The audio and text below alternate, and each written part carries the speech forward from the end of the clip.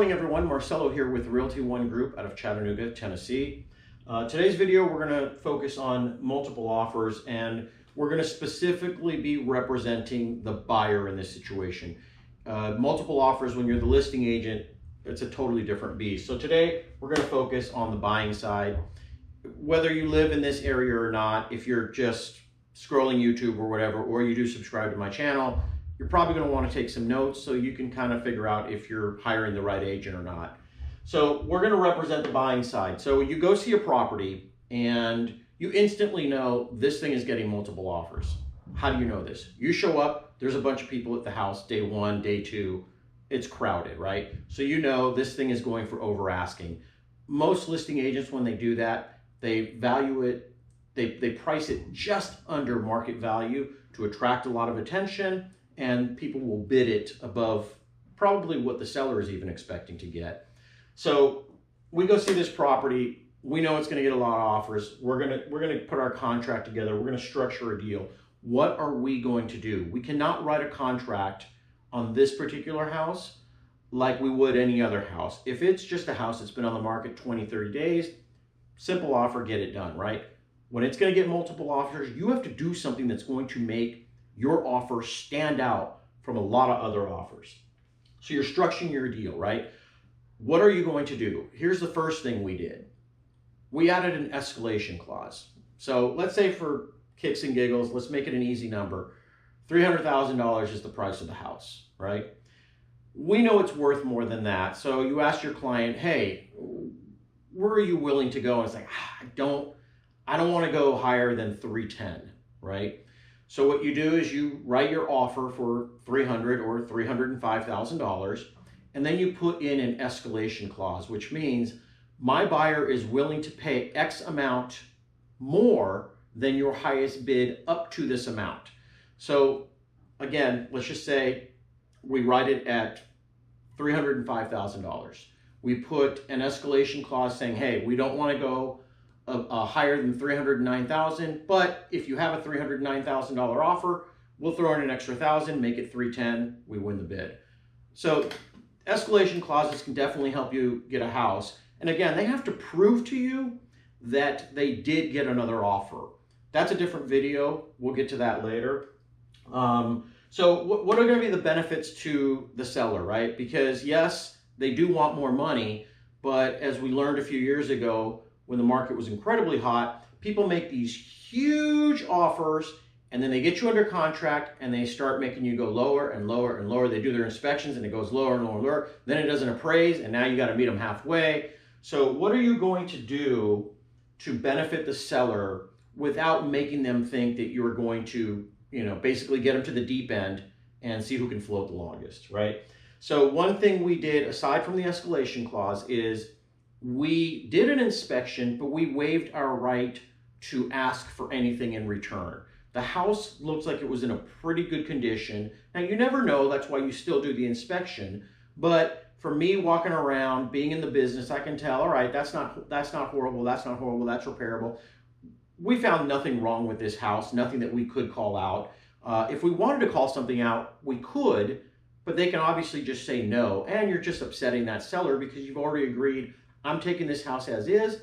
I just want to make sure that the foundation, for example, isn't cracked. If, for example, you do find something horribly wrong with this house, legally you can back out and you can get your earnest money deposit back. Again, different video, different time. So the other thing we did is seller had to pay about $400 for title, right?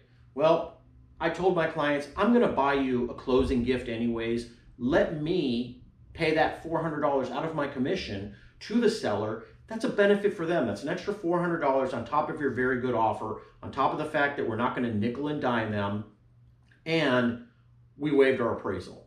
Now, you got to have cash to waive your appraisal or put enough money down, but we also did that. So all these things combined got us a house, and guess what? We won by $1,000. But I honestly think we would have gotten the house if we were $1,000 less because of what we did leading up to that offer. So you put your offer together. You're now going to email that offer to the listing agent. Most agents, sadly, take the offer, take your proof of funds, attach it, mail it off. Not enough, especially for a hot property. You want to email with highlights. So in other words, this is our price. This is our escalation clause. This is our inspection period. This is the fees that we are covering, if any, what we're covering for your seller, right? So they're going to net more because of all this. You highlight all these things, you put it in an email, you send it off saying, please confirm that you received this order. Throughout this entire process, you need to be communicating with the agent. I prefer to speak over the phone, in person if we can, but that's always incredibly difficult to do. You want to talk over the phone. You want them to hear the passion that you are relaying for your clients for that house. Yes, we do want this house. Yes, we are going to close. No, we are not hyping you up just to get you to take our offer, because at the end of the day, A to C, ability to close. It's great if you make a wonderful offer, but if you're just doing it to get your offer accepted and then you don't have the ability to close, you're going to look bad as a buyer. Your agent's going to look bad. Nobody wants to work with that kind of client. Nobody wants to work with that kind of agent, actually. And then obviously you follow up with them. You let them know exactly how much your clients want this house.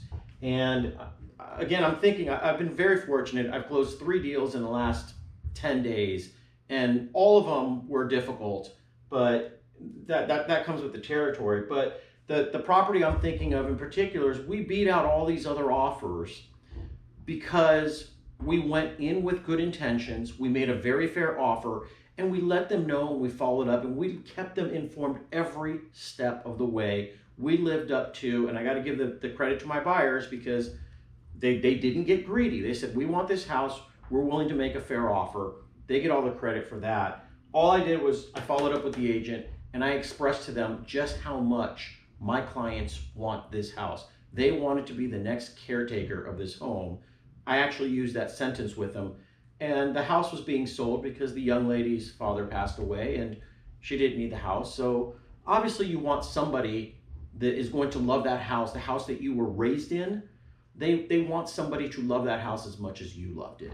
So that's it for today, guys. If you have any questions, please drop it in the comment section. I know I brought up a lot today, EMD and inspections and all that other stuff. You don't have to wait for the next video. If you have a question, please reach out. My email's on there, my phone number's on there. Drop it in the comment section. I promise I'll get back to you. Peace.